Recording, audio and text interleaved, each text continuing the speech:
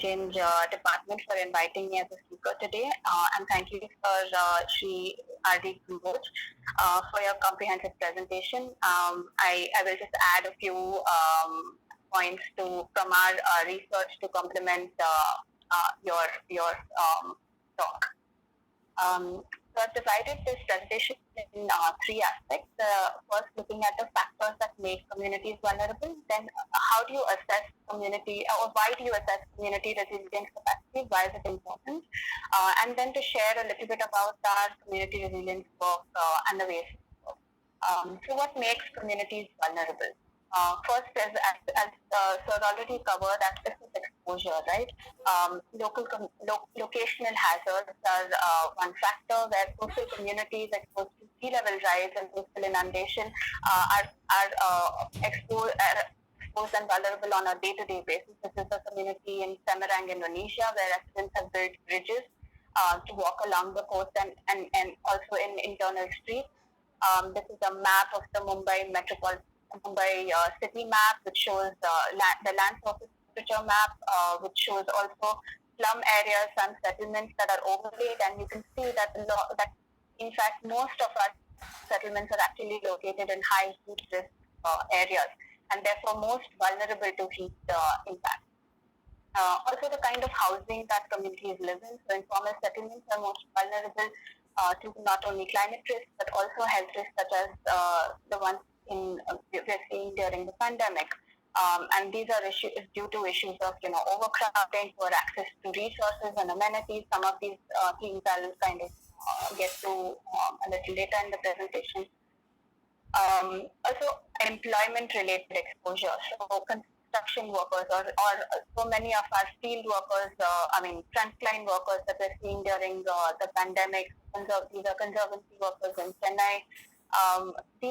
These employment groups, employee groups are most vulnerable and also don't have the kinds of social and political capital to assess risk for themselves and make informed choices, because they don't have this autonomy because of the kind of labor relationships. So understanding some of this and thinking about kind of policy interventions to protect some of these groups is an important aspect to think about as we assess locational risk and vulnerability.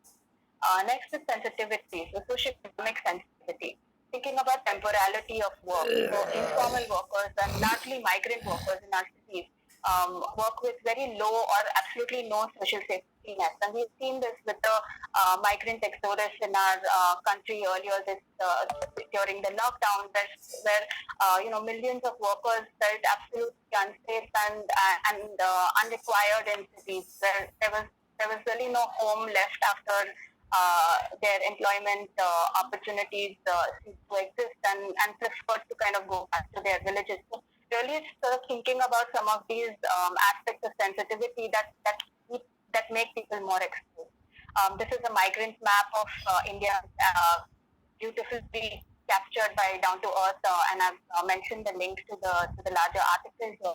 But it shows that women are accounted for in the 2011 census. Almost 80% of our marginal workforce is women, and who are largely unemployed for at least half of the year.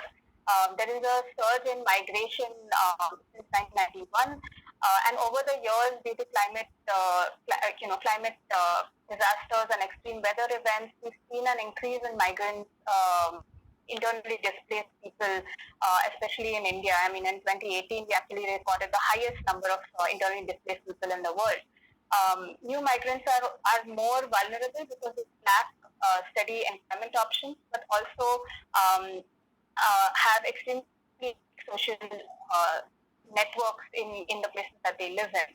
I also forgot to introduce that a lot of my work in WRI focuses on urban resilience and on urban factors. So I'll largely be covering urban vulnerability.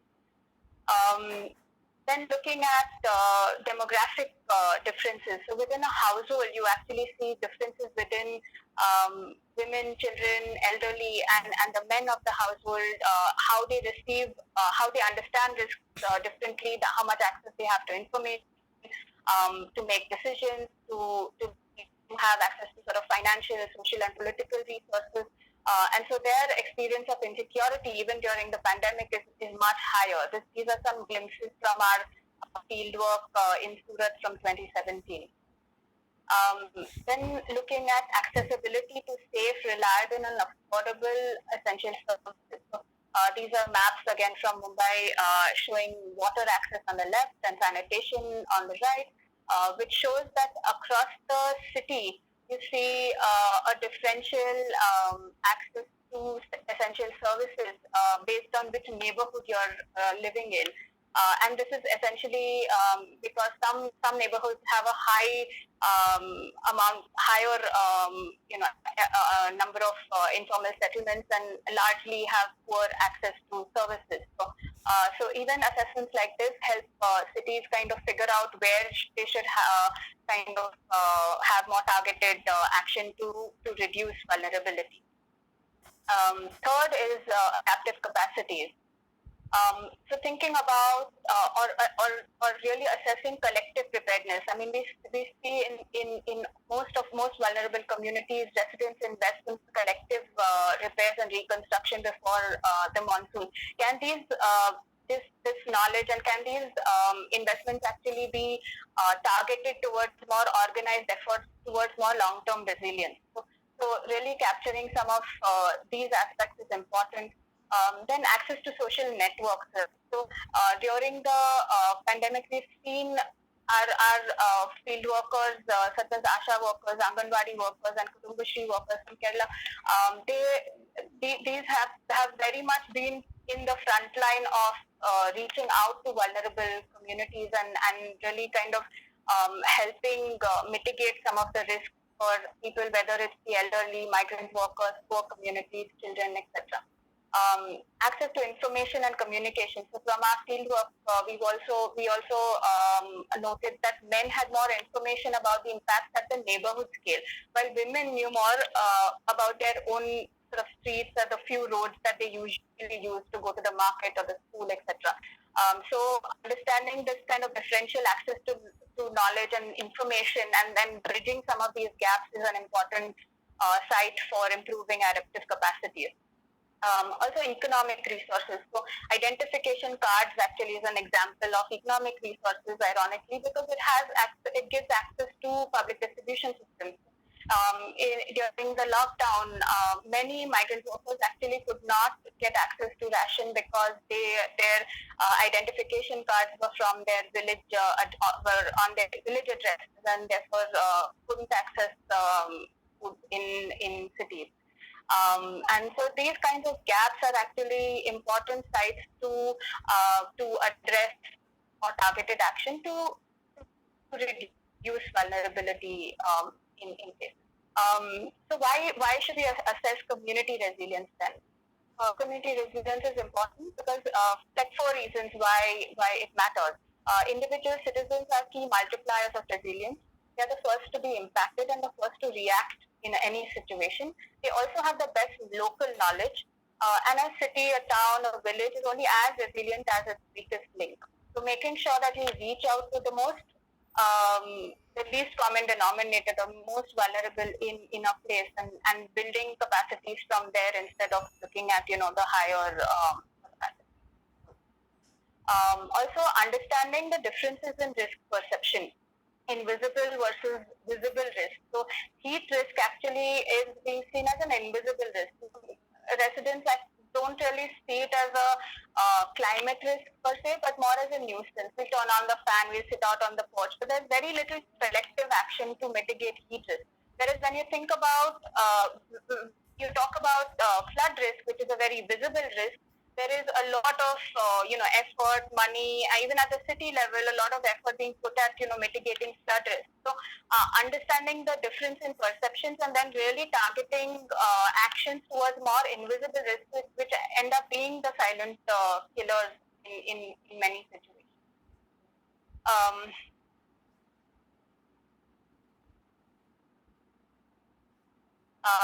Then during rehabilitation and relocation of vulnerable communities, so this is from Surat again, a community called Kosa Davas, where 19,000 slum settlements, slum residents were moved to Kosa Davas as a mass sort of rehabilitation community. And in our field work, residents told us about how their social and political networks have been completely eroded because they moved only in the last 5 to 7 years. And they really have no familiarity with their neighbors, with the kind of local leaders in the area.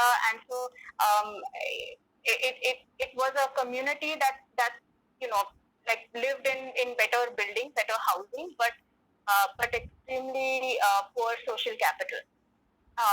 But residents also complain that now with being living in smaller homes, like smaller houses, they are now extremely exposed to internal heat risk. So understanding that these kinds of changes and risks are also something you have to periodically kind of assess. So just quickly talking a little bit about our work in WRI, we look at so our assessment looks at sort of 3 scales of vulnerability at the city level, at the community level, and at the individual level. This is the report and the work that I was talking about, Prepared Communities. The link is mentioned in the slide. But this report captures our findings from Surat, from Rio de Janeiro in Brazil, and Semarang in Indonesia. Anyone who's interested, please go have a look at some of this. The Urban Community Resilience Assessment Framework is, as I said, looks at assessment at 3 levels. So at the city level, it is basically a vulnerability context assessment. At the neighborhood level, one wants to understand what are the differences within neighborhoods in the city in terms of its social cohesion aspects, in terms of collective preparedness, in terms of access to local governance and political engagement, but also in terms of conditions of the local built environment. And then within a household, how do different people within a household, based on gender, based on age, occupation, and different education levels, perceive climate risks differently, have differential access to information, and have different access to economic resources, and therefore their adaptive capacity is then changed based on all of these factors. And so our assessment framework basically looks at all these multidimensional factors, and based on that, we sort of suggest ways forward. So currently, we're basically conducting this partial vulnerability assessment in Mumbai, and we're going to be scaling it to 5 cities in India: Kochi, Surat, Bangalore, and Hyderabad. And based on that assessment, presenting what differential vulnerability at the city level looks like. And then at the neighborhood level, if cities want to sort of go forward with activities, we could train field workers. So this extensive field work has been already completed in Surat, Rio, and Semarang. But also right now in Kochi, we're working with the Kochi Municipal Corporation, and will be rolling out these trainings with the Asha and Kudumbashri workers in Kochi. But also possible to do sectoral applications. So in Kochi, again, we're partnering with the city's forest initiative, where we are looking at how urban green initiatives can be more participatory and inclusive, and look at how community members can become part of some of the activities. But the learnings will also kind of reflect in the city disaster management plan. So it's really connecting the local scale with the city scale. So these are just quick images. This is what the vulnerability assessment tool would result in, like these kinds of maps. And here these are maps from Kochi, but then we also use these maps to then have targeted stakeholder consultations and trainings with councillors and local leaders in the city, and some glimpses from our field work in Surat, where where we've already sort of done these kind of community engagement. So I hope I didn't take too long. Thank you very much. And if there are any questions,